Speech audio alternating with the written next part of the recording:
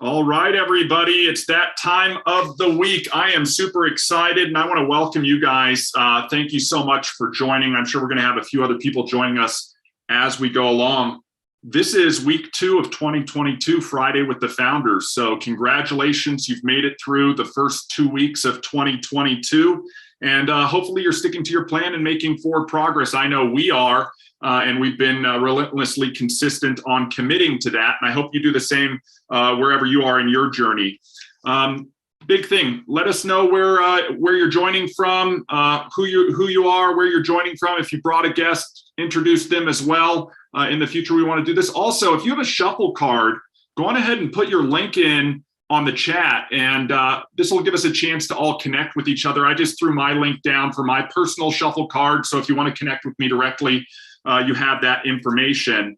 Ultimately, the goal with these Friday with the Founders is for us to come together as an Elify community to offer some tips, tricks, talk about topics, really support everybody in their success along their personal journeys, whether that be within Elify and the affiliate program, part of their existing business, brand, product, or service. Ultimately, if we come together and we support each other and pour into each other, that high tide will raise all ships. And ultimately, that is the goal, that we want to all see success in here. We have an abundance mentality, and there is plenty to go around. So with that being said, if you do have questions, there is a reactions on the Zoom. Go ahead and raise your hand and we can queue you up, or there's a chat. Feel free to throw any comments or questions in the chat, and we're sort of going to go from there. Today's agenda, we're going to spend the first portion of today sort of musing on a topic. I would love for this to be conversational. Guy and I have been talking about this topic probably for the last 15 years. In fact, I'll get into a little bit of the story of when Guy and I were talking about some of this stuff and some of the aha moments in my life's journey and in my story that this is extremely relevant to. In addition, I invite you to share your thoughts on the topic and your experiences as well. Hopefully this is going to pour into you, give you some validation or a path to follow, and we will go from there. So today's agenda, first topic, we're going to be talking about time, the topic of time in general. And there's a lot of things and rabbits we can chase down holes on the topic of time, and then also how that couples with life by design, right? I've got my life by design shirt on, and we talk about Guy doing whatever it takes to get to where you want to go. And the fact is that you are in control. You have the choice that you can make to take an action today that will take you from where you are to where you want to go. And we are all about supporting that with the right tools and training to get there. So we're going to be talking about all of that, but let's just get to it. Topic of time. Guy, when I think about time, I mean, we've all heard the saying, right? I've got all the time, like finish the sentence, right? I've got all the time in the, you know what I mean? And we treat this topic like it's an unlimited resource. And I think so many people do. I think this is why we hear about those things like, are you a wandering generality or a meaningful specific? Are you making life happen? Or are you just sort of letting it happen to you? And really, time is this finite resource, yet we easily trade it back and forth for dollars and dollars for hours. We hear about that, especially in the employment field. But in my mind, it's not. It's this massively valuable finite resource. And so I guess the big question that rolls out of it how are you spending your time? Ask yourself that, how are you spending your time? And what is your time worth? You've chosen to spend some time with us right now. And hopefully you value the time that you're spending with us. I think you're going to get an enormous amount of value just out of what we're going to be talking about today. But if you sat back and calculated what your time is worth, if you're working a traditional 9-to-5 job and you're getting paid an hourly rate for the hours you work, have you really factored that total sort of take-home pay, if you will, against all of the time that you're spending in that job, whether that's factoring in the commute time and everything else that surrounds that, the time not with family, etc. What is your time worth? And start to think about it, because Guy, in my mind, we all know that there's 365 days in a year, 30 approximately days in a month, 7 days in a week, 24 hours in a day, or as Michael Ray would like to put it, there is 86,400 seconds in every single day. But, what about in terms of a lifetime? And this sort of goes back to when I was in graduate school doing my MBA. I had a focus on finance and entrepreneurship. And I was leaning in the direction of being a financial advisor. I wanted to help people bridge that gap from where they were to where they wanted to go, but with that big life goal of retirement. And Guy, when I was sort of looking into that and thinking about that, it was crazy because you start thinking at time in terms of decades versus years versus months versus days. And, I want to know how many of you watching this have actually taken an opportunity to think time in terms of decades. Because when you start to change that perspective on time, you start to change what maybe your actions will be and what you're doing in the now, because some of those things take decades to complete. And that was really an aha moment when we talk about time in general and retirement. It's, the story we've always been told, right? Go to school, get a good job, go work a 9-to-5 for 40 years. Make sure you're putting away a little bit every month into your investments and retirements. And hopefully, again, if we're all lucky, by the time we're 65 plus years old, we've got enough put away to last us into retirement. This is the plan that a majority of the world or of America is leaning into. And the question is, does that path typically work? Is it working out for Americans? And, I was blown away when I saw a statistic a few years back, Guy, where it was like something, and I'm going to paraphrase this to the effect of 80% of people in America who are working towards retirement, who are approaching retirement age, do not have enough put aside to actually retire. They're going to be forever workers. And it's so weird to think about it in terms of that and start to expand my mind to think about it in terms of decades. And really, I hate to get a little bit morbid on it, but it's finite, right? All we get is this dash between two dates when you think about it, right? And the question goes, what are you doing with your dash? Are you following a path or a system?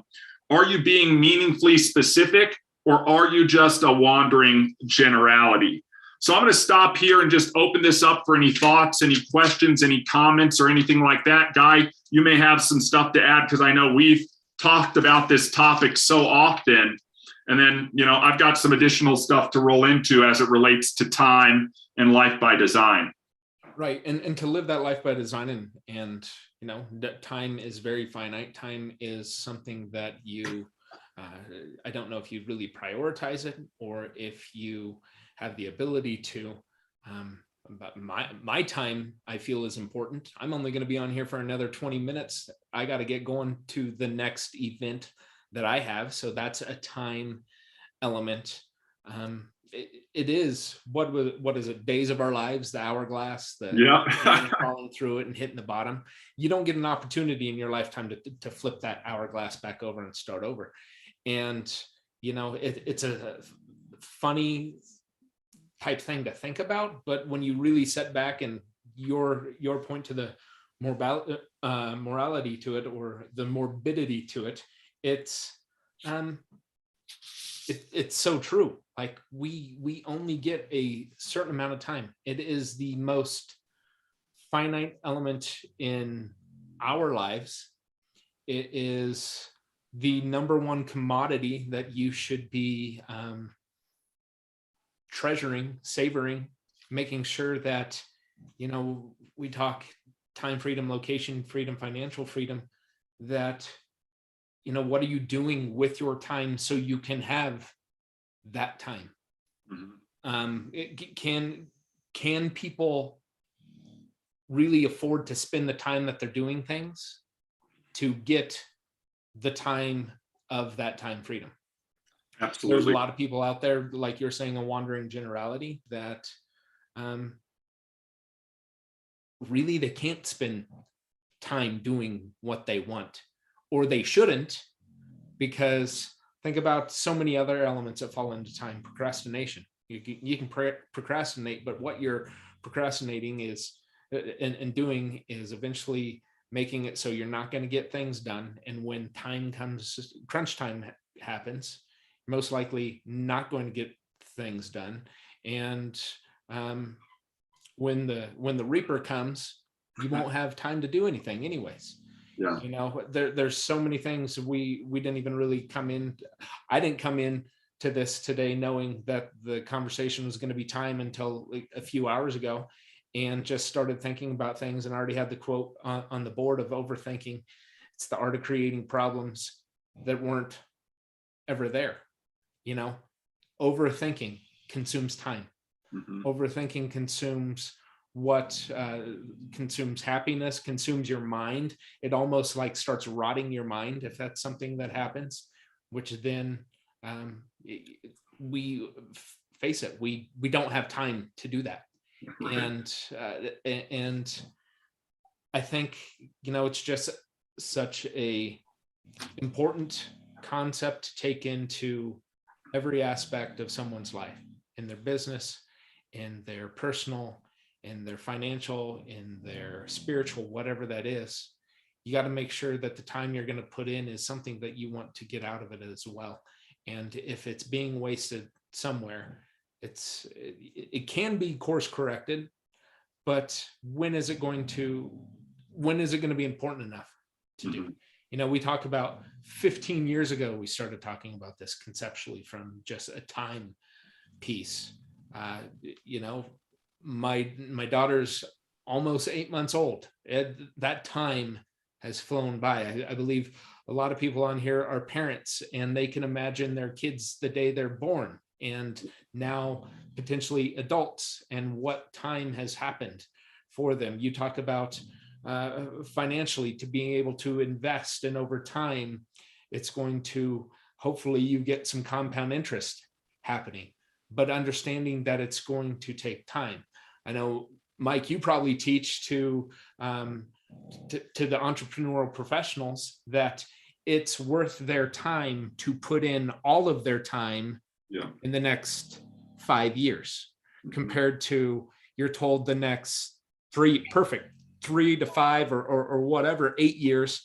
It's more rewarding. You're going to get more out of it putting full time into those years than the traditional 9 to 5, 20 till you're 65. Yeah. You're going to get more out of it. You're going to have a more lucrative, more enjoyable life if you put that time in for those 3 to 5 to 8 years.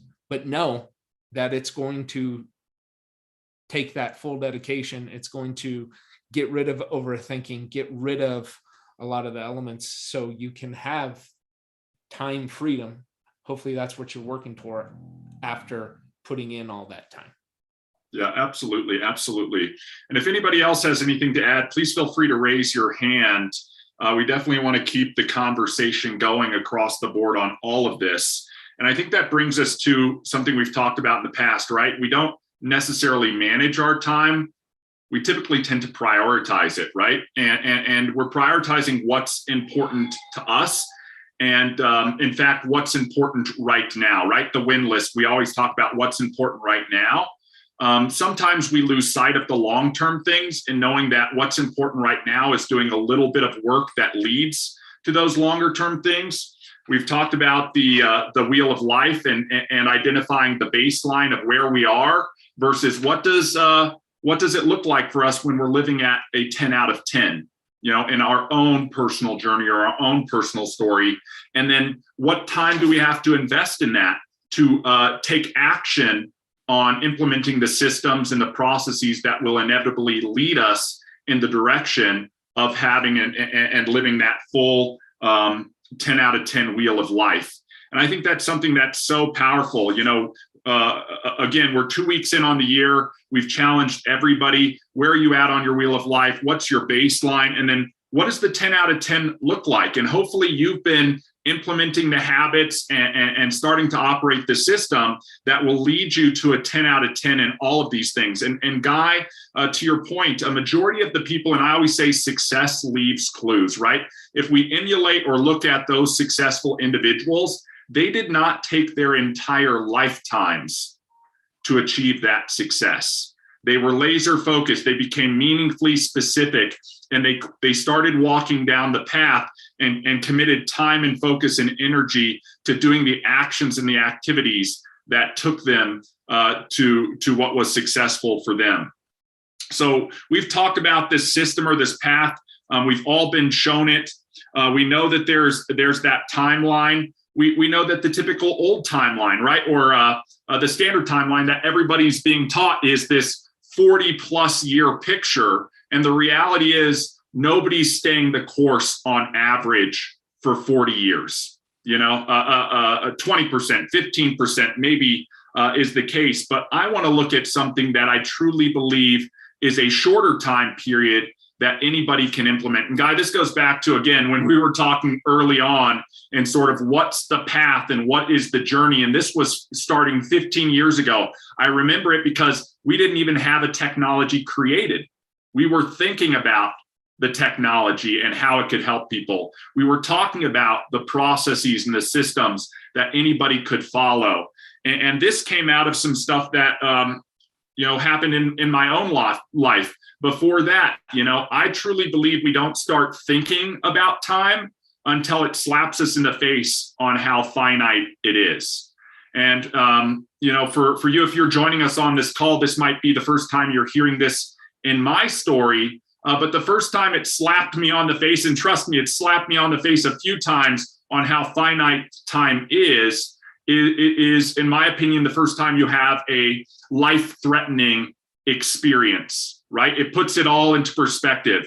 And I think one thing right now is a lot of people have encountered a life-threatening experience in the last few years with COVID, right? They had a reality shock and an adjustment, and oh my goodness. And I think this is why we're seeing a big transition, right? The great resignation and all of those types of things. For me, it was being part of a school shooting. I can take you back. The year was 1999. The school was Columbine, right? We all are familiar with what we saw on the news, and that was a part of my reality and my story. And the biggest thing for me was, oh my goodness, how short or how a short life can be. So what am I going to do with the time that I have or I am given? And to Guy's point, I cannot turn, independent of where you are in your life's journey, the hourglass over and restart it. And the other thing is, and this is the reality, we don't know how much sand is in each of our individual hourglasses. And that's the scary thing. So if I don't know whether my sand is going to take me through today or through the next 50 years, I really need to be intentional with how I spend my time. Otherwise, I'm just going to be a wandering generality. And that's the reality for all of us. And I think right now, if you're watching this, you're being intentional with your time and you're thinking, well, what are those next steps? And this goes back, Guy, right? So if nobody's meeting the traditional path or fewer than a majority of people are not meeting that additional path, is there an alternative route or a better way? You know what I mean? Not maybe the perfect path, because clearly they go to school, get a good job, work a 9 to 5, invest, do it for 40 years, and hope and pray that by the time you get to 65, you've done it all perfectly. The stats are already out. It's just not working for everybody. So what are the alternative paths? And Guy, that's been part of my journey. I know after high school, you and I both played sports at the next level, and that was part of our potential paths to take us to where we wanted to go.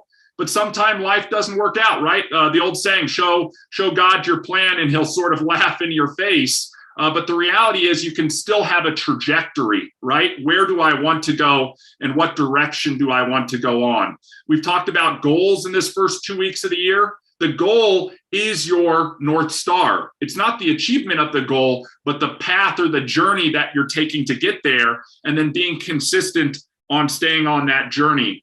So, Guy, after I had lost the opportunity to pursue my athletic career with a sports injury, I had to pivot and find a different path that had the same trajectory. And for me, that path was entrepreneurship. And one of the first books that was given to me, and this must have been in early 2000s, many of you probably have come across this book, heard about this book. It was very big at the time. And it was Robert Kiyosaki, Rich Dad, Poor Dad, right? And then I started to consume and fill my mind with additional information. It became cash flow quadrants. And if you've ever read that, if you've ever played the game, right, Cash Flow, an amazing game to help you build your financial intelligence. And for me, it was all about getting to that retirement age. Thankfully for me, I had an amazing mentor. It was my dad. My dad, just like Rich Dad, Poor Dad, he was an immigrant to the United States. His story, he only had the clothes on his back, one pair of clothes, another pair of clothes over it, and a teddy bear. He learned to speak English by watching television. And yet he was my hero. And he taught me all of these things. And he retired early. He retired at 50 years old. And he just followed a path or a plan, and it helped him achieve it. And I could see that you could start from nothing, essentially, and get to where you were wanting to go, as long as you were willing to put in the work. And that was something that my dad taught me, that helped us in athletics, and that helped us in business, and that helped us in all areas of our life. But the reality is, what the typical path tells us, if you remember those quadrants, right? Employee, self-employed, business owner, and investor, is how to be an employee and dabble in the investing over the course of 40 years. The alternative path that we discovered and sort of flushed out, Guy, was how can you move from employee to that self-employed / business owner category, so that you can then move into having money to invest. And at that time, when we were working on this, it's not like I was flush with all this capital to focus on investing and building my portfolio. It was, hey, if I want to get to where I'm going, I either need to, get out of some path of 9 to 5, because there's going to probably be a ceiling on what I can make, and I need to take control of that. I need to be self-employed. And so I started doing consulting and internet stuff and all of that type of thing. And in a way, the rest is sort of history. Then I realized the difference between being self-employed and being a business owner. And this is sort of going to segue us, into the last half of the Friday with the Founders, when we talk about the affiliate program in a bit, because the difference from being self-employed and being a business owner is, one, you own your job when you're self-employed, which is great, but you own your job, right? Self-employed, I always jokingly say we're the people who will spend 80 hours a week to avoid working 40 hours a week. The reality is, you don't want to necessarily be self-employed long-term. You want to shift over to being a business owner. And what's the difference? When you're self-employed, you own your job. When you're a business owner, you own a system. That's the key there, right? When you're self-employed, you own a job, but when you're a business owner, you own a system. And so when Guy and I were flushing out the whole thing for Elify, Elevate Your Business, Simplify Your Life, there were two components.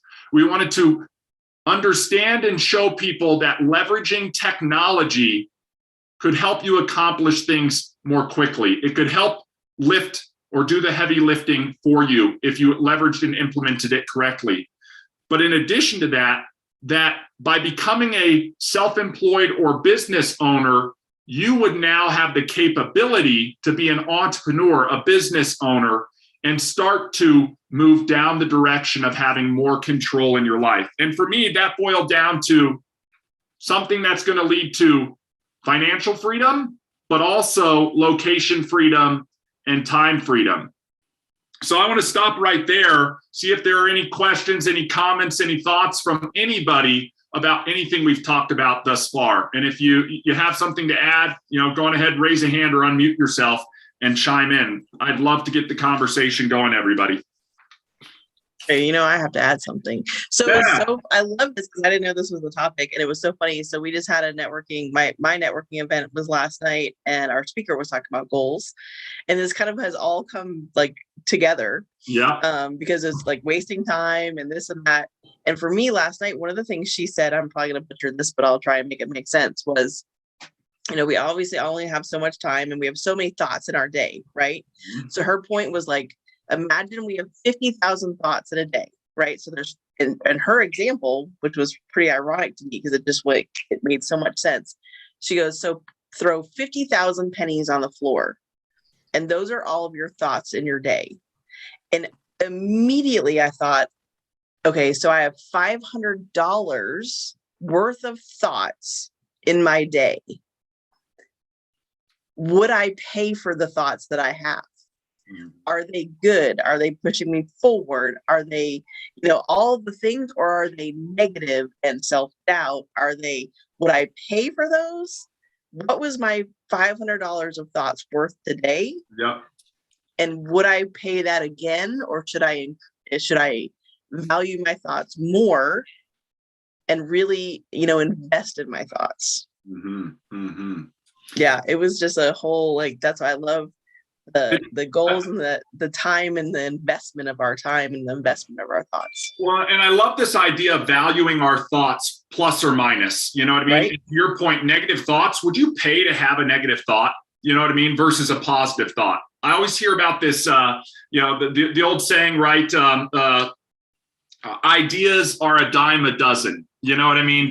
They come freely. But what I've also learned is when you implement an idea, when you take action on that idea and it comes to fruition, you create so much value. So Kathy, to your point, again, when you're going through your day and you're having those thoughts, is this something I would pay to buy? You know what I mean? Would I buy that, oh man, you're doing this all wrong thought I just had, No, I wouldn't. Okay, I need to change my thought. Would I buy the, hey, you know what? I really need to call that person. I should follow up right now.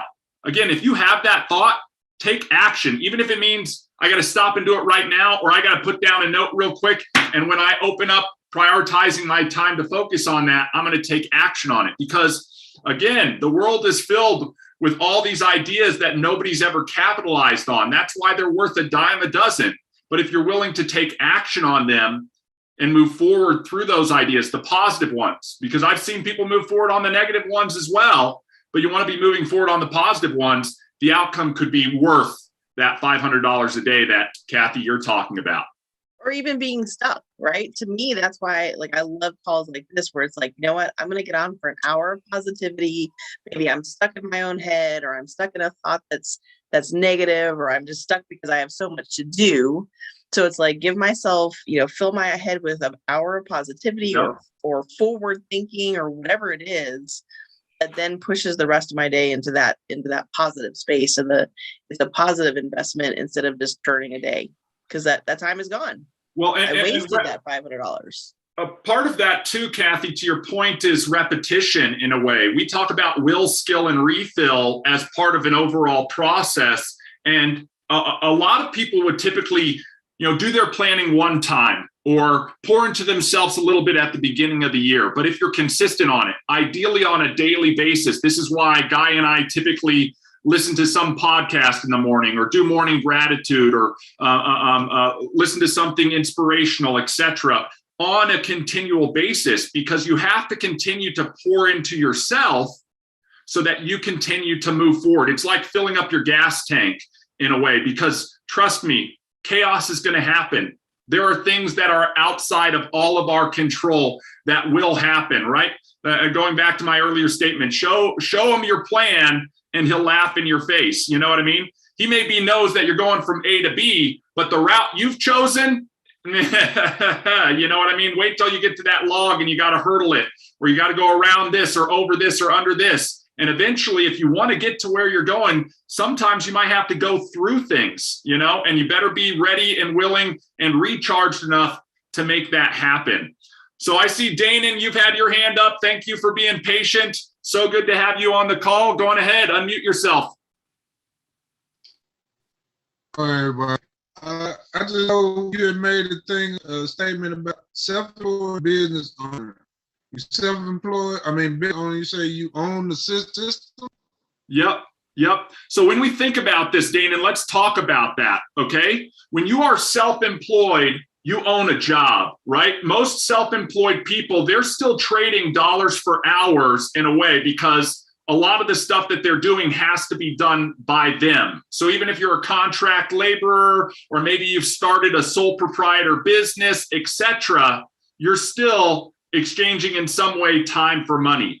Now, when that segue starts to happen is when you start to leverage other people. Now you're not using your time, you're using the time of other people, or you're leveraging a system. It could be implementing automations that save you time. Again, that starts to segue you going from self-employed to business owner. And a lot of business owners, right, when you think about it, maybe they started the business from scratch. So they poured in a massive amount of time, a lot of front-end loading to get all of that time spent to build up the systems, the processes, the products, the distribution, whatever their business is. But once they built it out and they put the right people in the right positions, again, if you've ever read Good to Great by Jim Collins, that's a great overview of that process. You now have a system and you can start to step away as the business owner. Once you've fully stepped away, you're pretty much almost an investor, right? You own the business, but you don't run the business. You've hired people who are smarter than yourself to run the business. That's sort of the whole process of the difference between employee versus self-employed business owner, investor.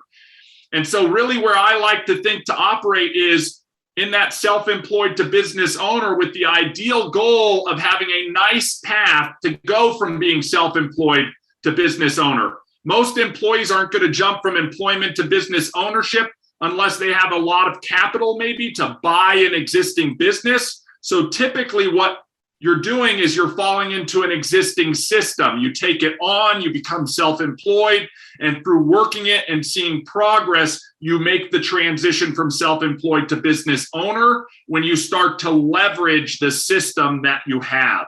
And I think that's something that's going to segue again to what we'll be talking about in a little bit here, which is Elify's affiliate program, because that's truly what we've created, which is a system that allows you to be a business owner and not just self-employed.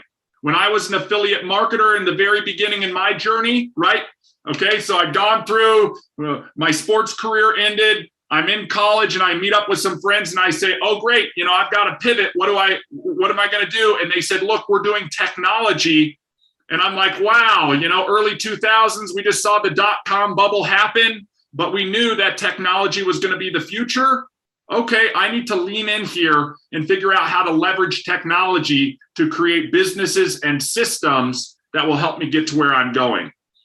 Does that make more sense for you, Danon? Any other questions or thoughts on the topic? No.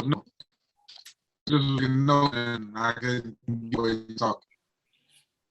Yeah, we appreciate it. And thank you again for joining today. It's always good to have you on. I think that's what's so exciting, everybody. If you can segue from that self-employed to that business owner, you start to create a path that can take you to where you want to go. And I think that's what's so valuable here, right? When we have a system, those systems are scalable. So if you're trying to reach a certain level of time freedom, location freedom, or financial freedom, and a lot of businesses and a lot of these topics typically focus on the financial side of things. But when I think about balancing out my wheel of life, there's a lot of this that requires time as well, right? I need to spend time on my physical health. I need to spend time on my family. I need to spend time on my mental health. I need to spend time on my spiritual health. I need to spend time on my personal health. All of those things. I need to spend time on my career or time on my finances. You're going to have to prioritize your time in order to accomplish those things. And my argument would be, it's better to leverage systems that will allow you to accomplish that. And it's better to be in that business owner category in order to go to where you want to get to. And this goes back to what we were talking about with retirement, right? If the typical path is go to school, get a good job, work a 9 to 5, invest from when you're 20 to when you're 65 for 40 years. And then hopefully you'll be in a position to live at maybe your existing lifestyle. Although every time I've talked to financial advisors, the question is, well, what life do you want to lead in retirement?